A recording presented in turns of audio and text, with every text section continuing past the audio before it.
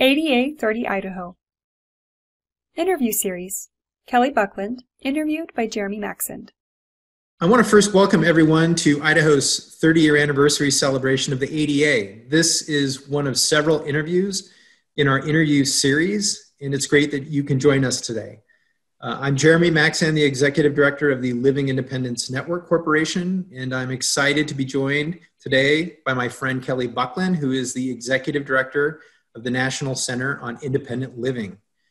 Today we're going to learn a bit about Kelly's background and history with the disability rights movement, the independent living movement, and the ADA. And finally, we'll talk about the National Council on Independent Living and some of the work they have going on right now. First, I want to just give you a really brief introduction to Kelly. We'll talk a bit more about his background and history in a minute. Kelly has been involved in the disability rights movement in Idaho and now in DC, coming up on 4 decades. He started out a career working for the state of Idaho Department of Health and Welfare, and he became the executive director of the Living Independence Network Corporation, LINC, where I work, and then went on to be, I believe, the first executive director of the Idaho State Independent Living Council. And from there, of course, he moved to DC and has been at the reins of the National Council on Independent Living, doing a bunch of great national work and supporting the work of all the folks back in the States, supporting the disability rights movement. Kelly, it's an absolute pleasure to have you on this interview today. How you doing? Good, and it's great to be here with you, Jeremy. It's always nice to be with my fellow Idahoans, and it's always nice to be able to talk to folks in Idaho. So it's a real pleasure to be here.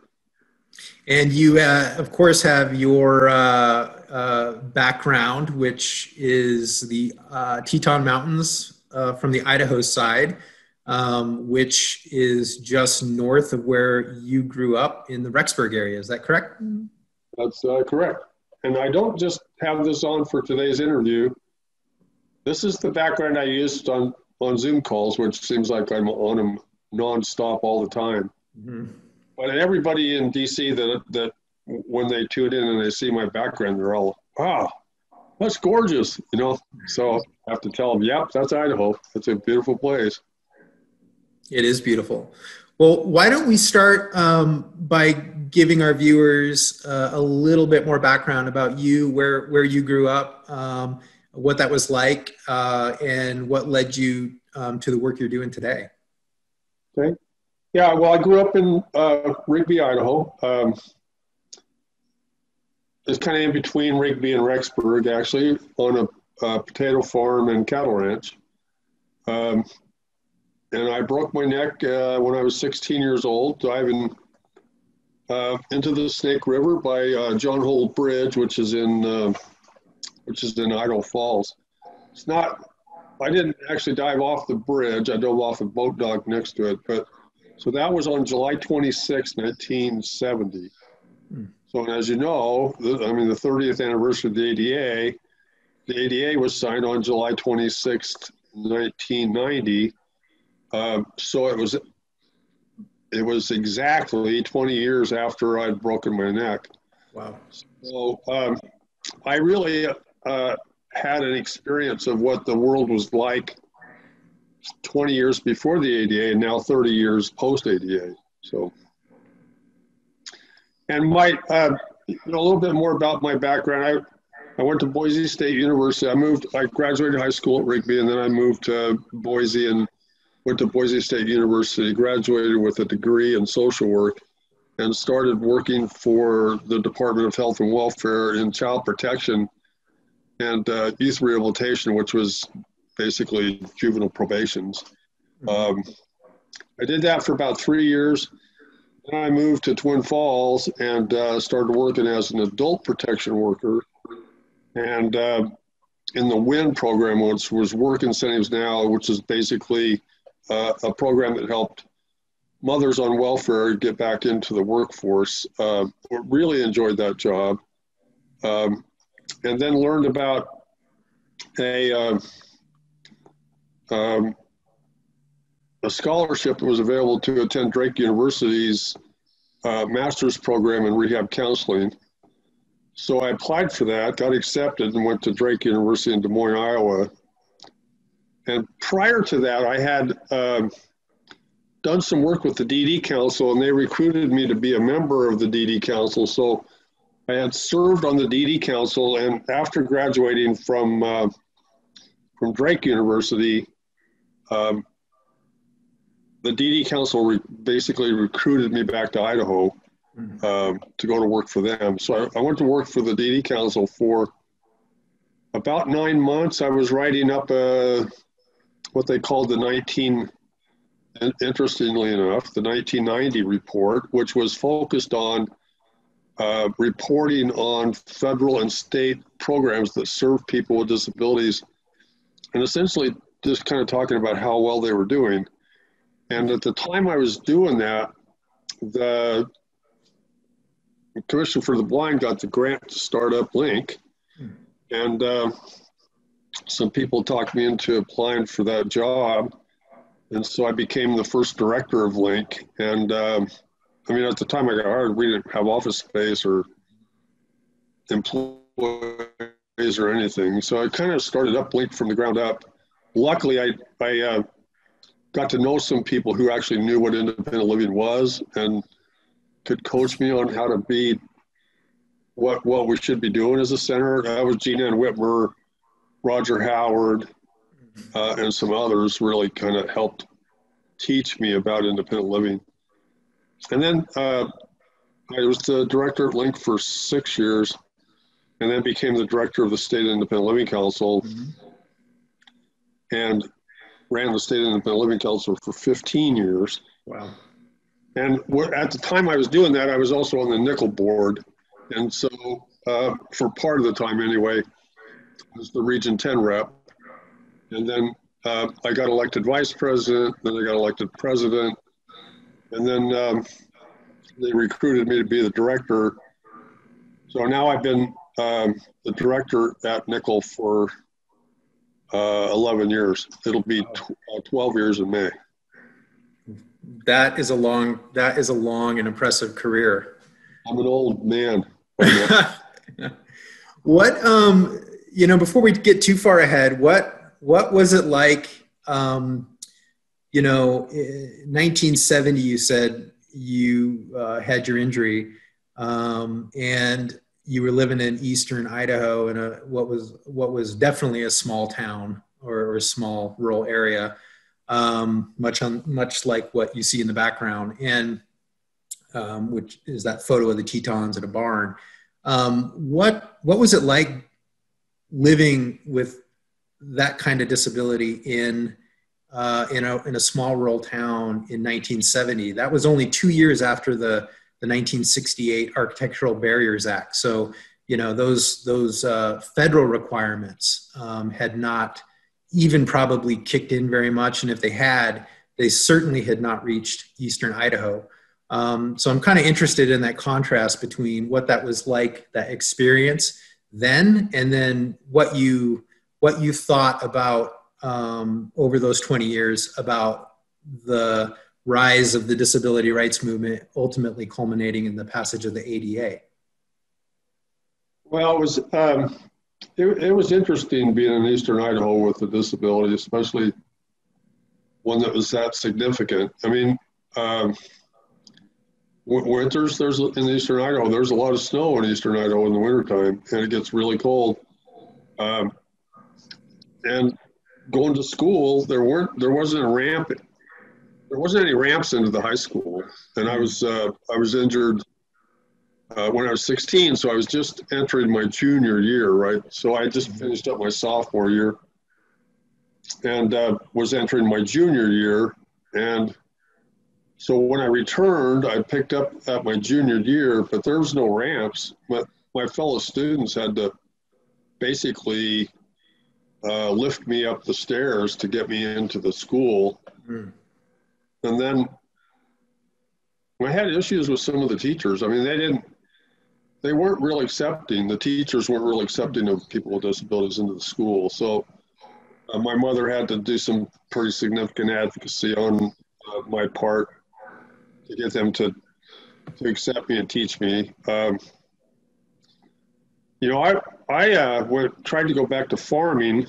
I had been the main person doing the cutting the hay and cutting the grain before my injury, and I wanted to go back to that. So my father rigged up some hand controls in because farmers are that ingenious, right? So my father rigged up some hand controls in the swather, and I went back to cutting hay and grain in the summertime. So I basically cut all of the hay and grain. When I was at the Elks Rehab Hospital, they didn't have a driver's ed program at the time. And, a 16-year-old in Idaho in 1970, I mean, your car was more important to you than anything else, including walking, right? So I was more upset about losing the ability to drive and losing my car than I was about being paralyzed. So they started a driving program at my request, and I ended up driving myself home from there. But the only reason I bring this up is because there wasn't any other form of transportation, right? If I hadn't learned how to drive, I would not have been able to get around. There's no public transit. I would have had to rely on somebody else to take me everywhere. But because I had gotten the ability to drive back, I still could go places in my car, and did, of course. Back then, dragging up and down Maine was a big thing. Yeah. I mean, my parents really, they're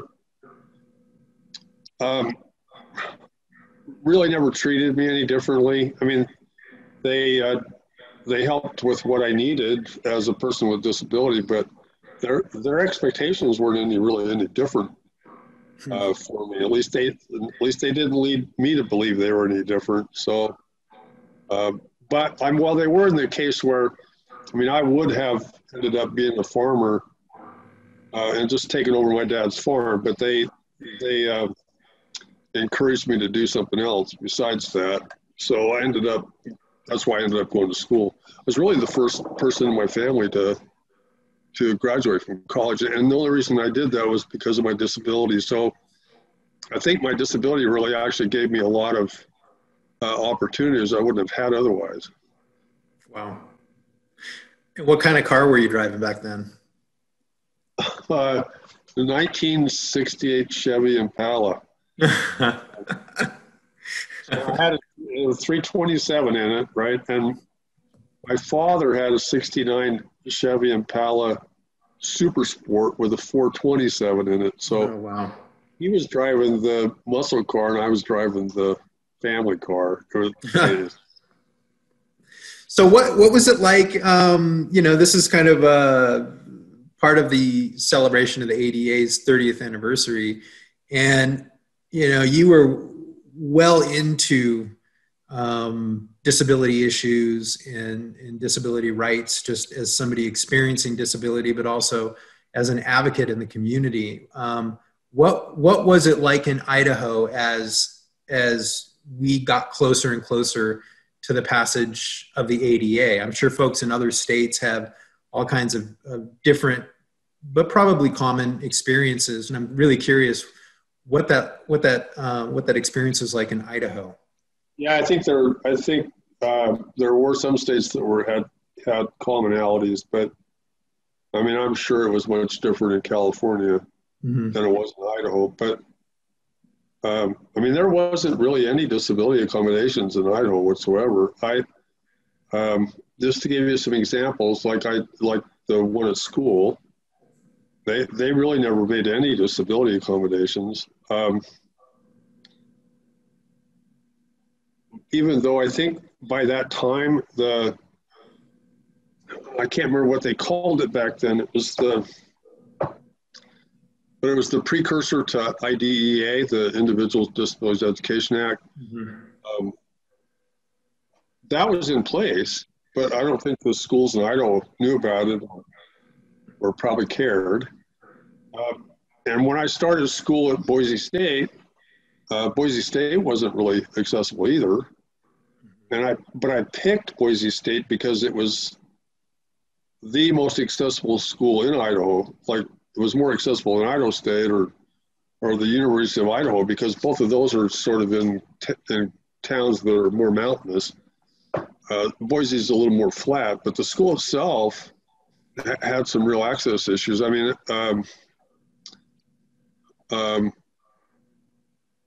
and there was some times where they didn't really want to accommodate my needs as a person with a disability either.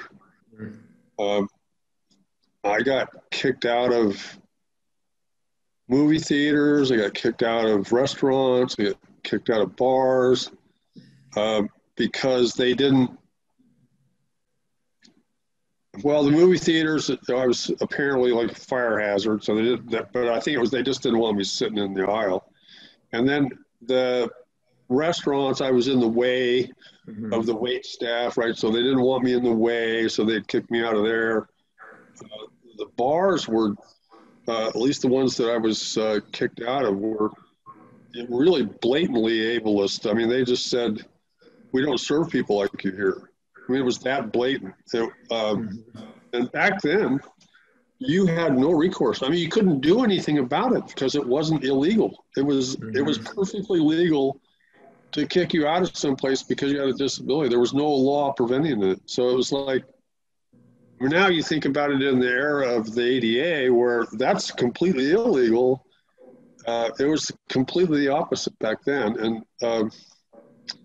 And then, you know, Idaho, it's got a lot of mountains and stuff. And so a lot of the buildings were never accessible. I mean, none of the restrooms were accessible. I mean, basically, if you needed to go to the restroom, you better go before you left home, because wherever you went, there wasn't going to be one, even at school. So you couldn't go to the bathroom at school. So yeah, I mean, there was a lot of barriers back then, both physical and attitudinal. Yeah, I attended Boise State in 1992, and in part I chose that school for a couple of different reasons, but in part because it was flat. So it's funny that you say that. You do look at the geography, and it was even back then, as an institution that did get federal money and was supposed to be compliant with the Architectural Barriers Act.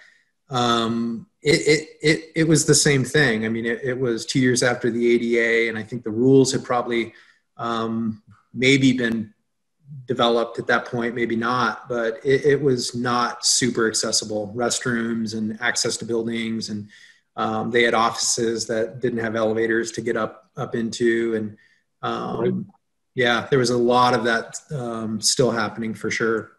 Was there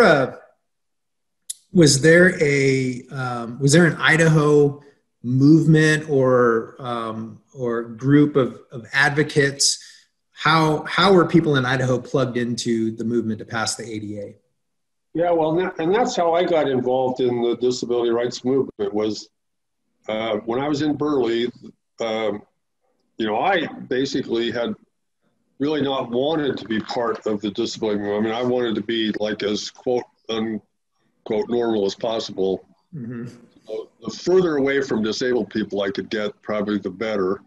And it's interesting how even as a person with disability, you had the same sort of attitudes, the same biases, and the same kinds of predetermined things that somebody without it or somebody without a disability has. But anyway, I ran into Roger Sherman, and he was at the time a VISTA volunteer.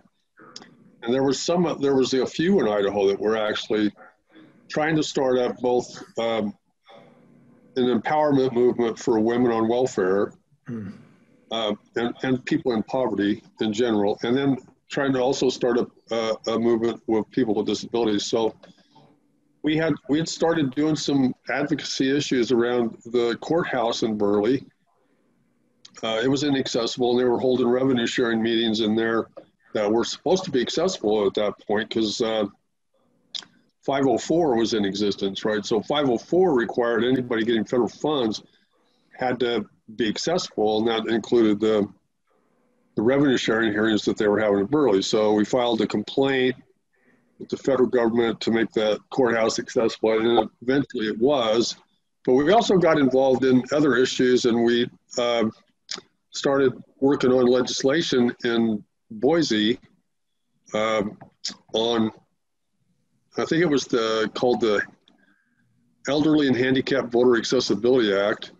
And we started working on that. So we would drive from Burley and or Twin Falls down to work on the legislation. That's how I got involved with the DD Council, because they were working on that same bill. And we were doing, I think we even called them back then handicapped awareness days at schools and stuff. And I would take my van and show the kids the van and how it worked. And we would talk about access issues, even we would do some of the old, the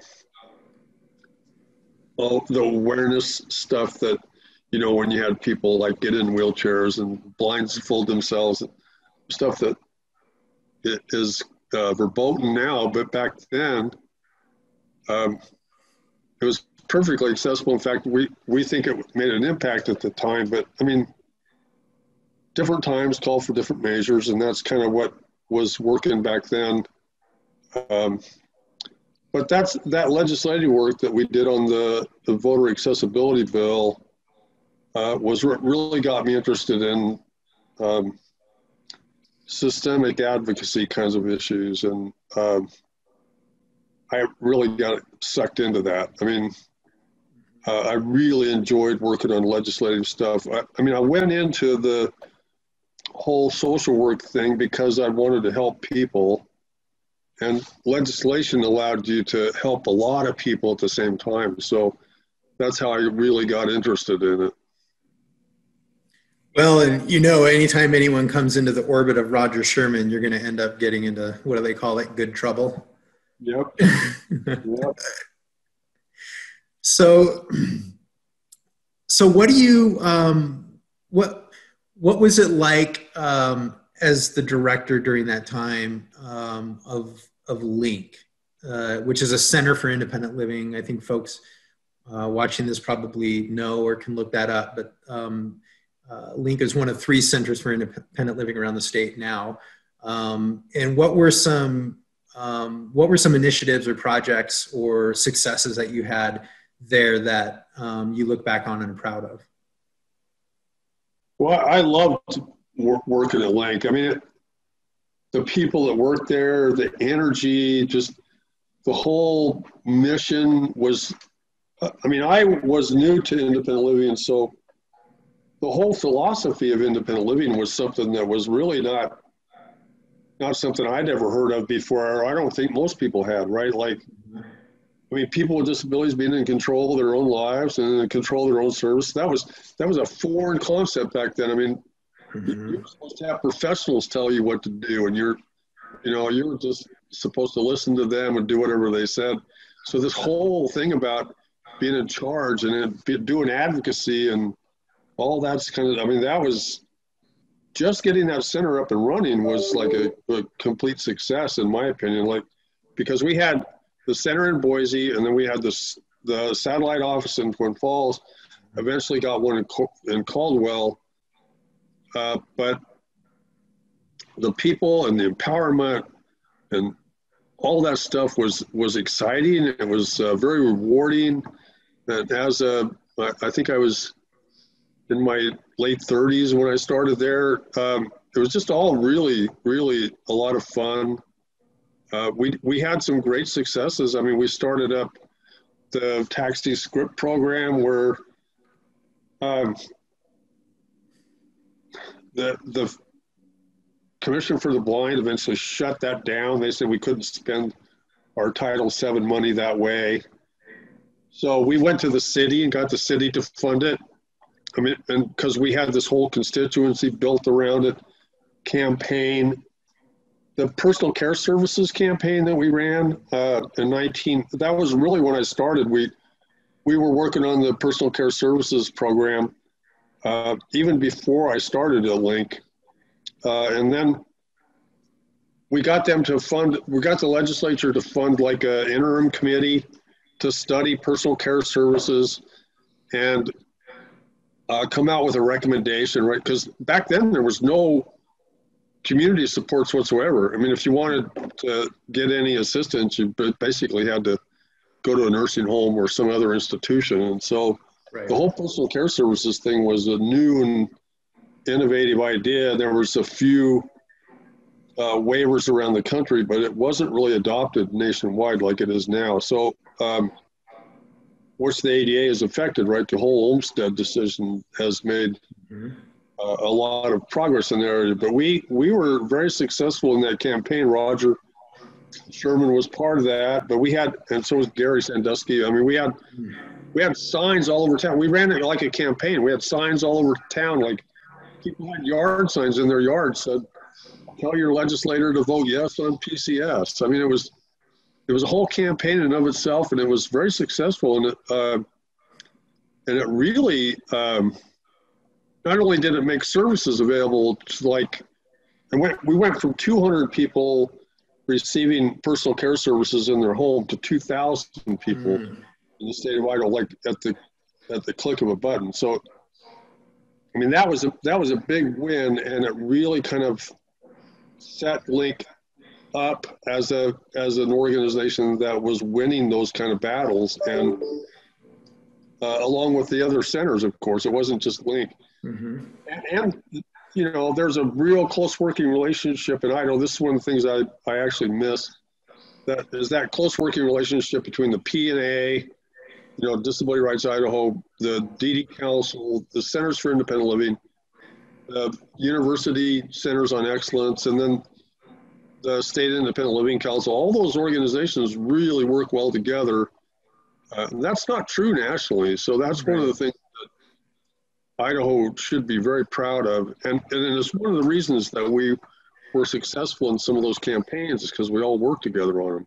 So that is so true. Idaho is, you know, we definitely have our issues, but when it comes down to those relationships between those organizations and among the folks who are staff or volunteers or members, or that is definitely one of the pillars of strength that we have in this state. And I think that continues to this day.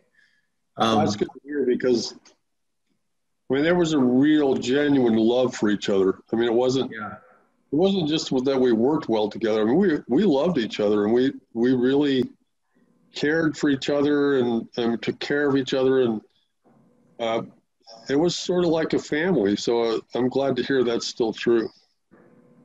So, talk a little bit about what you're doing and have been doing for the last 11 years at Nickel, and what some of the initiatives are, particularly today, with COVID being of concern and all the things we've seen, and with voting and access to the ballot. What are some of the high priority initiatives that Nickel is working on? So they're not all that much different. I mean, if you think about it, like I talked about working on the Voter Accessibility Act in Idaho. That's one of our high priorities now, is working on voting and making sure it's accessible.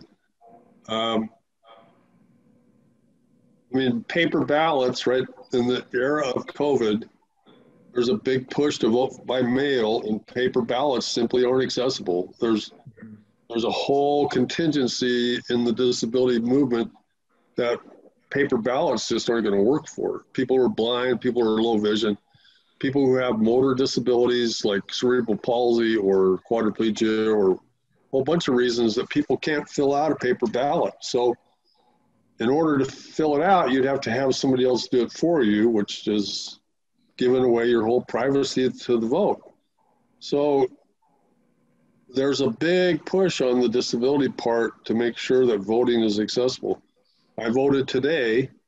I went down, I mean, early voting started in Virginia today. I have a hard time filling out a paper ballot, so I went down to the polling place, and I finally got in after waiting in the line for hours. And once I got in there, they didn't have any ballots for the accessible voting machine, so I had to wait for them to get ballots. I mean, we still run into problems at the polls. There are still accessibility issues. Some of the machines still aren't, a lot of places still aren't even set up. In fact, some of the polling places themselves are still not accessible. Mm-hmm. So, I mean, we're still dealing with a lot of those same issues. That's a high priority for Nickel, especially this year, because we think that this election has really a major impact on people with disabilities. So we want to make sure that they have a voice in it. And then having access to community supports, personal care services, and that kind of stuff, HCBS services is another high priority.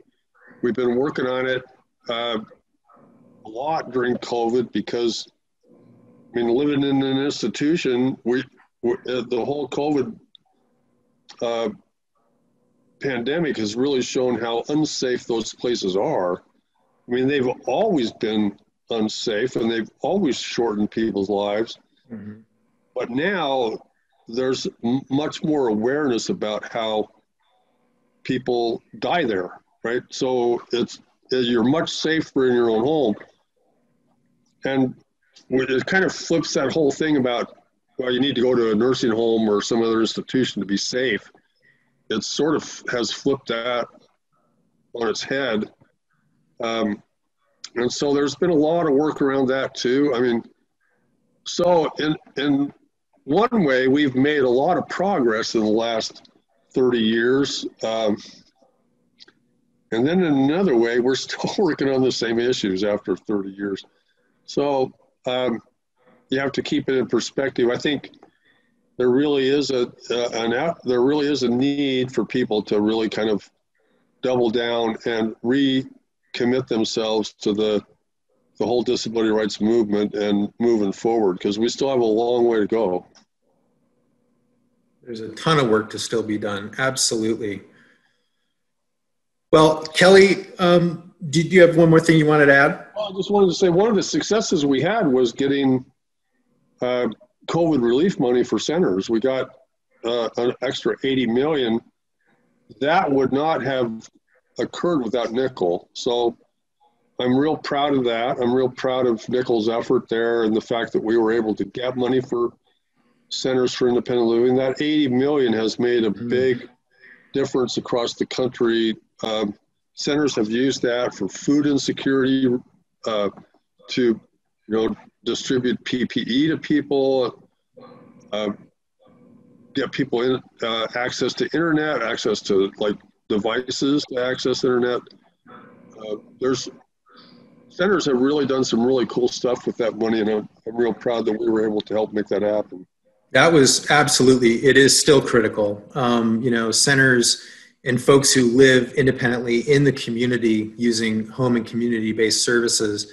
A lot of the folks in the public health field and emergency preparedness field, they really don't know that model exists, and they don't know that folks are out in the community. So in a lot of ways, when this hit, everybody was kind of on their own on an island trying to inform, the decision makers that were all out there. And that money was essential to make sure that folks had access to personal protective equipment, that the centers could stay open, although virtually if they needed to.